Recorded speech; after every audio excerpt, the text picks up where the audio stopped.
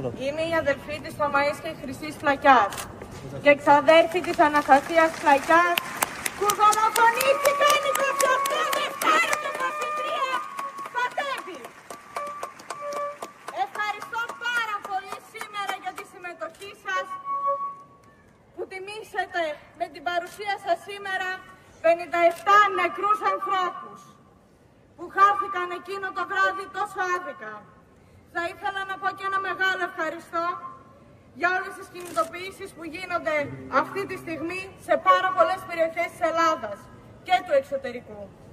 Σήμερα, μετά από 2 χρόνια, ζητούμε για ακόμα μια φορά δικαίωση για αυτό το έγκλημα.